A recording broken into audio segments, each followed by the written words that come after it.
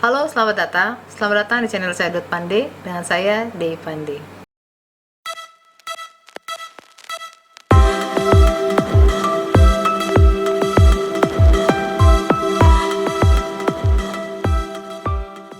Halo sahabat sehat, jadi kali ini saya akan membahas mengenai Corona ya.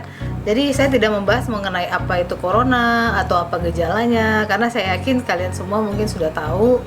Jadi saya di sini fokus saja Corona pada saat hamil ya. Jadi ibu hamil dengan Corona itu bagaimana hubungannya, seperti apa, terus dampaknya ke ibu atau ke bayi itu seperti apa. Jadi di sini saya langsung saja ya. Saya mungkin disclaimer dulu sebelumnya, kalau materi tentang Corona ini benar-benar sangat up to date, benar-benar sangat baru sekali, dan benar-benar bisa berubah-ubah. Jadi apapun yang saya sampaikan saat ini memang sudah berdasarkan yang saya rangkum ya. Jadi ini beberapa jurnal dan juga kesepakatan-kesepakatan internasional maupun nasional yang saya baca, dan ini akan saya sampaikan ke kalian semua. Cuman sekali lagi saya bilang, ini tidak bersifat final karena semua data untuk Corona ini semua masih dalam tahap pengumpulan dan tahap penelitian. Jadi biar kalian misalnya tidak menganggap, oh dokter Dewi itu sudah mengatakan A berarti sudah pasti A. Tidak. Nanti ketika misalnya ada perubahan terhadap siklus Corona terhadap ibu hamil atau perubahan dampak, maksud saya di sini, nanti akan saya sampaikan kembali melalui video YouTube ini ya. Baik, mungkin beberapa pertanyaan di Instagram maupun di inbox di Facebook saya. Jadi mengenai hubungan virus corona ini pada kehamilan, di sini banyak kesepakatan yang saya bacakan di sini. Mungkin kesepakatan dari Perkumpulan Obstetri dan Ginekologi Indonesia saja ya, yang sudah disepakati oleh kami dari dokter-dokter spesialis kandungan se-Indonesia. Jadi nanti kesepakatan ini sekali lagi saya bilang ya, tidak bersifat final dan masih bisa berubah-ubah. Jadi jangan ditelan mentah-mentah ya. Nah, kesepakatan pertama ya, atau mungkin lebih baik pertanyaan yang sering diajukan ya, apa pengaruh virus corona terhadap kehamilan? Nah, jadi dampaknya sebenarnya virus corona ini, keluhan yang ditimbulkan pada ibu hamil pada umumnya itu tidak berbeda dengan populasi yang tidak hamil. Jadi ibu hamil maupun tidak hamil itu memiliki keluhan yang hampir sama. Jadi keluhannya itu seperti tadi, demam, kemudian batuk, bisa sesak, kemudian bisa nyeri dada, dan banyak ya keluhan yang lainnya. Cuman itu keluhan yang paling utama. Jadi gejalanya seperti flu biasa atau common cold biasa. Cuman memang ibu hamil ini sejauh ini data yang didapat itu gejala yang berat itu belum ditemukan ya. Saat ini yang sejauh ini yang ditemukan itu yang gejalanya ringan sampai sedang aja. Kemudian kalau data kematian juga belum ditemukan nih. Jadi dari Cina itu atau dari negara lain ya, saya nggak tahu ya, belum ditemukan atau mungkin belum dilaporkan ya. Tapi sejauh kesepakatan yang ada sampai saat ini itu belum ditemukan. Jadi belum ditemukan adanya kematian pada ibu yang terkena corona. Cuman memang ibu yang hamil dengan corona biasanya memiliki keluhan atau gejala yang lebih berat jika ibunya itu memiliki penyakit penyerta seperti misalnya asma ataupun kencing manis. Nah, kemudian pertanyaan kedua itu bagaimana dampaknya terhadap janin. Jadi ibu hamil yang terkena virus corona ini gimana komplikasinya atau dampaknya atau efeknya kepada janin ya. Nah, sejauh ini dari penelitian yang ada itu tidak terdapat bukti adanya transmisi vertikal dari ibu ke janinnya. Jadi maksudnya transmisi vertikal ini tidak ada, virusnya ini nggak lewat aliran darah plasenta ke bayi gitu ya. Jadi tidak ditemukan adanya virus itu ke janin yang baru lahir. Kemudian dampaknya pada ibu hamil ini belum ditemukan adanya kejadian keguguran ya pada ibu yang hamil dengan corona. Tapi dari beberapa data ya ditemukan adanya peningkatan kasus persalinan prematur pada ibu yang terkena corona. Nah, terus kalau misalnya ibu hamil ini terkena penyakit corona, apa yang harus dilakukan ya? Misalnya kalian ternyata positif corona. Pertama-tama tuh kalian telepon dulu. Telepon yang kalian telepon itu adalah dokter kandungan yang biasa kalian ajak konsultasi. Jadi misalnya kalian biasanya ke dokter A, teleponlah dokter tersebut, dokter spesialis tersebut, konsultasi apakah kalian tuh perlu masuk rumah sakit atau cukup isolasi mandiri di rumah. Karena sebenarnya kalau misalnya keluhannya itu ringan, itu cukup aja isolasi mandiri di rumah. Karena kalau misalnya justru kalian ya yang sehat-sehat ini pergi ke rumah sakit, justru di sana yang berkumpul itu adalah yang mengalami keluhan yang berat-berat aja, malah lebih bisa menularkan penyakitnya kepada ibu yang tadinya sakitnya cuma ringan-ringan aja ya. Nah setelah itu kalau misalnya keputusannya harus diisolasi atau kalian harus karantina mandiri di rumah, maka bener-bener lah melakukan karantina ya, jangan jalan-jalan ke sana kemari. Bila perlu tinggal di dalam kamar gitu, semuanya dipisahkan ya, dari alat makan, alat mandi, kemudian benar-benar terisolasi. Tetapi di sini sambil mengisolasikan diri, ibu hamil benar-benar ngerasain keluhan yang ada di tubuhnya dan juga keluhan pada kehamilannya. Jadi benar-benar memantau dua hal, diri sendiri dan kehamilan. Kalau misalnya kondisinya masih ringan-ringan aja, misalnya keluhannya tidak bertambah berat, ya oke, fine, tinggal di rumah aja terus. Dan juga kehamilannya yang harus dipantau itu adalah gerak janin ya. Gerak janin harus dipantau, harus bergerak dengan baik, geraknya harus aktif.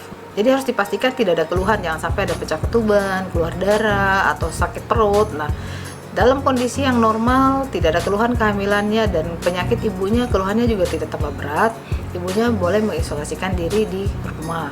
Kurang lebih minimal sekali adalah 14 hari. Tetapi ini nggak dipaksakan. Misalnya dalam patokannya 7 hari nih ya. Kalau misalnya dalam 7 hari keluhan yang ringan ini tidak membaik, kalian sebaiknya langsung ke rumah sakit.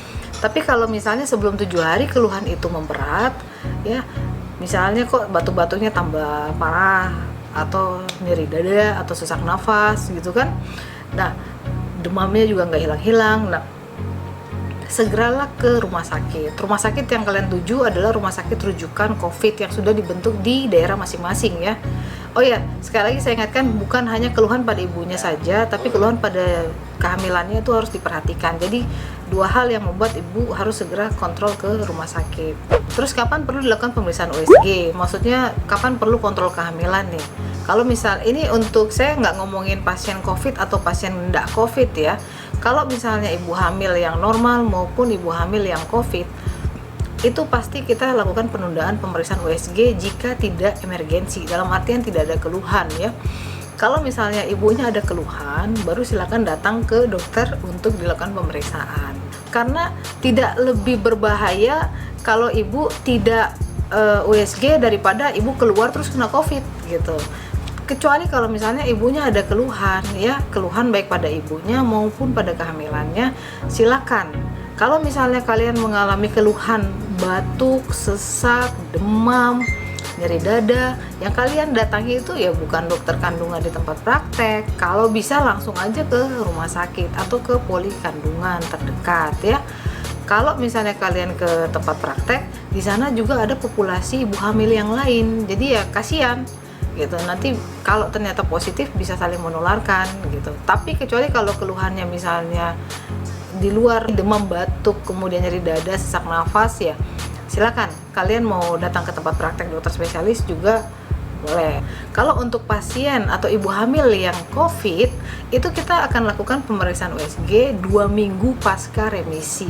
Jadi misalnya ibu hamil yang sudah melakukan karantina tuh, misalnya dia sudah positif tapi gejalanya ringan, terus dia karantina kurang lebih 2 minggu dan dia membaik gitu, membaik sendiri.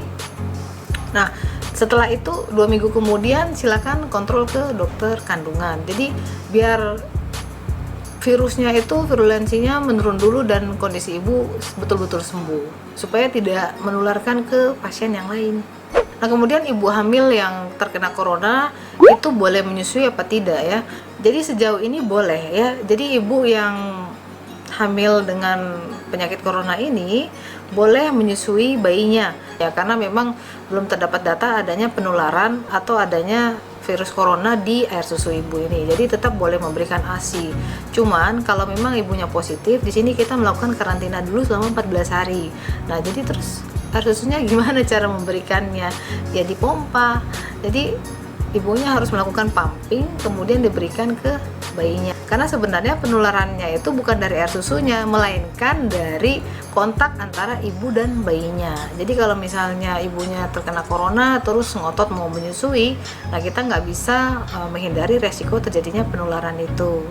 Dan ibu hamil yang terkena corona mau menyusui pun itu mau pumping itu juga benar-benar dijaga ya. Jadi alatnya benar-benar harus steril, tangan ibunya juga steril, biasanya pakai sarung tangan untuk melakukan pumping, kemudian sekitar payudaranya itu juga sudah dibersihkan. Terus bagaimana ibu hamil dengan corona itu bisa melahirkan ya, apakah perlu operasi atau perlu melakukan persalinan induksi atau dirangsang, ataukah bisa melahirkan secara normal.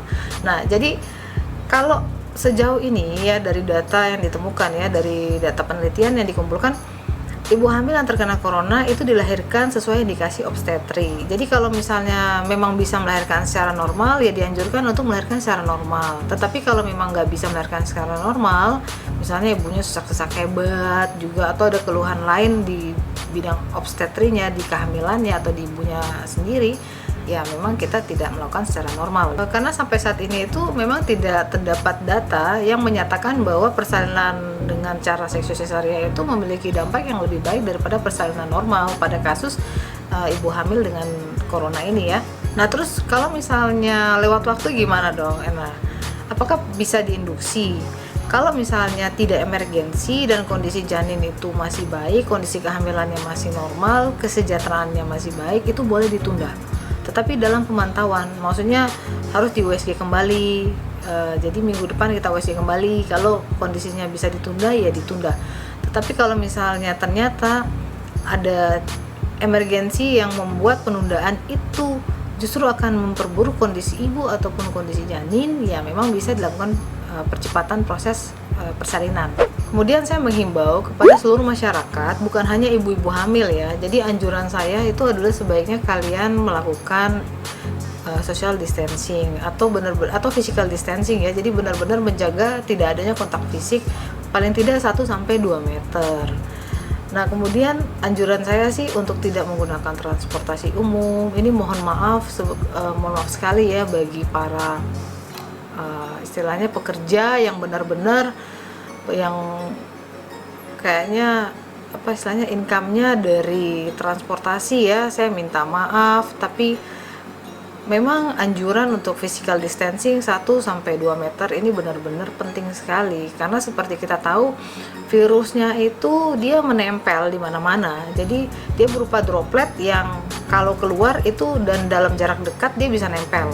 Dan kalau misalnya kita pegang kena di tangan kita, terus kita kucek mata atau kucek hidung, nah atau kena mulut, nah itu bisa tertular secara cepat dan sangat fatal sekali. Kemudian ada baiknya kalian juga tidak berkumpul-kumpul atau nongkrong dalam waktu yang lama ya. Jadi kalau misalnya ada urusan, pergilah, kemudian segera balik, tidak kesana kemari. Kemudian rajin mencuci tangan. Jadi ini beberapa anjuran saya ya. Yang paling utama itu adalah cuci tangan ya. Cuci tangan itu sangat penting. Bisa yang paling bagus itu menggunakan sabun sama air ya. Jadi sering-sering aja mencuci tangan. Setiap megang apapun, megang uang, terus megang pintu yang massal, misalnya di toilet umum atau apa, segera cuci tangan. Pegang apapun yang berada di luar ya, segera kalian cuci tangan. Memang benar ya, bisa menggunakan hand sanitizer. Nah kalau untuk ibu hamil boleh ya menggunakan hand sanitizer yang 70% ya alkoholnya. Tapi hand sanitizer itu tidak bisa juga digunakan kalian terus menerus. Memang dia hanya membunuh kumannya ya di tangan ya, tetapi dia punya virus itu kan masih nempel, yang virus-virus yang mati. Jadi mungkin setelah 4-5 kali melakukan hand sanitizer ya, selanjutnya kalian harus cuci tangan juga untuk membuang kotoran-kotoran yang menempel di situ. Karena kan biasanya hand sanitizer tuh ada gelnya yang kadang kalau kalian terus-menerus pakai, saya kemarin coba ya, saya lupa merek apa, tapi saya pakai hand sanitizer itu hampir mungkin lebih dari 5 kali. Kemudian pas saya giniin tangan saya itu ada kayak daki gitu loh, maksudnya bisa dilepas gitu. Nah jadi itulah dasarnya setelah kalian menggunakan hand sanitizer beberapa kali, jadi diikuti oleh cuci tangan dengan sabun ya, bukan air aja. Kemudian misalnya kalian baru balik dari luar ya, dari bepergian, langsunglah pergi ke kamar mandi dan mandi, kalau bisa langsung keramas ya. Jadi jangan dulu singgah sana kemari. Ini anjuran yang sangat penting karena bisa saja dia menempel di baju kita ya, atau di rambut, atau di bagian tubuh kita yang lain. Jadi jangan menyentuh orang-orang di rumah atau anak ataupun pasangan-pasangan kita. Jadi sebaiknya mandi dulu dan keramas. Kemudian jangan menyentuh wajah. Jadi jangan menyentuh wajah itu sebenarnya jangan menyentuh, karena ini virus ini dia masuk lewat mukosa ya. Jadi dia bisa masuk lewat hidung, mata maupun lewat mulut ya. Jadi jangan menyentuh daerah wajah, intinya wajah ya. Sebaiknya kalau kalian pegang apapun itu di luar ya, cuci tangan dulu ya. Biasakan. Jadi jangan otomatis habis pegang duit, pegang pintu, tiba-tiba langsung pegang wajah. Kalau saya tuh kadang suka pegang kacamata gini kan. Nah, itu saya mulai mengurangi itu. Kemudian masker. Nah, ini sebenarnya masker ini bukan dipakai oleh orang yang sehat sebenarnya. Masker ini sebenarnya diutamakan bagi yang sakit. Jadi yang kalau kalian merasa kalian ada keluhan yang berhubungan dengan pernapasan, gunakanlah masker supaya tidak menularkan ke orang-orang sekitar. Tapi kalau misalnya pun tidak ada masker dan tiba-tiba kalian pingin batuk, maka gunakanlah etika batuk yang baik. Maksudnya etika batuk itu seperti kalian ambil tisu, terus batuklah ditutup dengan tisu seperti ini ya. Kemudian tisunya harus dibuang dan tangan tuh harus dicuci. Ya, kalau mentok emergensi tidak ada tisu, ya pakai siku di gini ya. Seperti itu ya. Jadi itu etika batuk yang benar. Kemudian ibu hamil itu yang kayak tadi saya udah bilang ya sebelumnya, tidak perlu ke dokter jika memang tidak emergensi. Jadi terutama juga pasien-pasien promil, mohon maaf, pasien promil itu ditunda dulu ya. Pasien-pasien yang rencana operasi terjadwal, misalnya pasien tumor, pasien kista, itu memang harus ditunda dulu ya. Beda cerita kalau hamil ya. Kalau pasien hamil yang memang mungkin sudah lewat waktu dan harus USG ya, kalian harus datang. Jadi karena kita harus juga menilai ya kesejahteraan janin ya, jangan juga baru kita bilang oh karena nggak ada keluhan jadi nggak perlu datang, tapi padahal kehamilannya sudah 42 minggu gitu ya, itu salah juga sih. Jadi untuk kondisi-kondisi tertentu kehamilan yang ada komplikasinya ya silakan kalian hubungi dulu dokter kandungannya ya, konsultasi apakah perlu datang atau tidak ya, itu alangkah baiknya seperti itu. Nanti kan dikoordinasi sama dokternya, oh iya nanti bisa ditunda atau enggak, nanti kan dokternya sudah mengikuti bagaimana perjalanan kehamilannya kan. Nah, nanti keputusannya tergantung kembali lagi ke dokter kandungannya. Kemudian ibu sebaiknya jangan suka pegang sana sini atau suka bersalaman. Jadi kita mungkin memakai salam tanpa pegangan, jadi apa ya namanya, namaste ya, kita pakai salam namaste ya. Jadi nggak perlu kita salam-salam, bukan berarti sombong sih, cuman kan kita nggak tahu tangan orang yang kita ajak salam itu bersih atau tidak. Nah, jadi itu saja yang bisa saya sampaikan tentang ibu hamil yang terkena penyakit corona. Sekali lagi saya sampaikan bahwa ini masih dalam tahap penelitian terus-menerus ya. Jadi kalian jangan menelan data ini atau pernyataan saya secara mentah-mentah, karena pemantauan terhadap ibu hamil yang terkena corona ini benar-benar masih berlangsung, masih berjalan, karena kasusnya ini masih terus bertumbuh. Data yang kita ambil ini baru berdasarkan data penelitian di Cina ya, karena itu yang sudah menurun. Tetapi kan ini masih banyak terjadi peningkatan kasus-kasus baru di negara lain ya, termasuk di Indonesia itu sendiri. Jadi kalau ternyata ada yang terjadi kematian pada ibu hamil, ternyata di Italia yang sudah sampai 10 ribuan ya orang meninggal, kita nggak tahu apakah ada ibu hamil atau enggak. Nah, itu mungkin laporannya belum masuk. Nanti kalau misalnya ada perubahan lagi akan saya sampaikan kembali.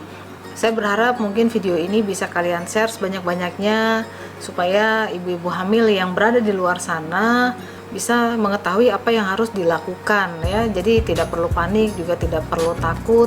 Yang perlu dilakukan adalah benar-benar mengikuti anjuran-anjuran yang sudah disebarkan ya oleh pemerintah juga. Kadang juga ada di grup, tapi benar-benar disaring juga, jangan menimbulkan ketakutan ya. Jadi saya buat video ini di saat masa karantina saya. Jadi sebenarnya saya juga lagi karantina mandiri karena saya baru balik dari luar kota karena mengikuti seminar. Cuman ini sudah mau selesai juga masa karantina saya. Setelah ini saya akan kembali ke rumah sakit berjuang bersama tim Satgas Covid yang lain. Saya berharap kepada masyarakat semua ikutilah anjuran dari pemerintah, itu tidak susah. Berdiam diri di rumah, tidak kemana-mana, tidak jalan-jalan, itu sangat mudah sekali. Saya tahu memang akan membosankan, tetapi itulah hal-hal yang minimal bisa kalian sumbang atau kalian lakukan untuk meminimalisir terjadi penyebaran virus corona ini.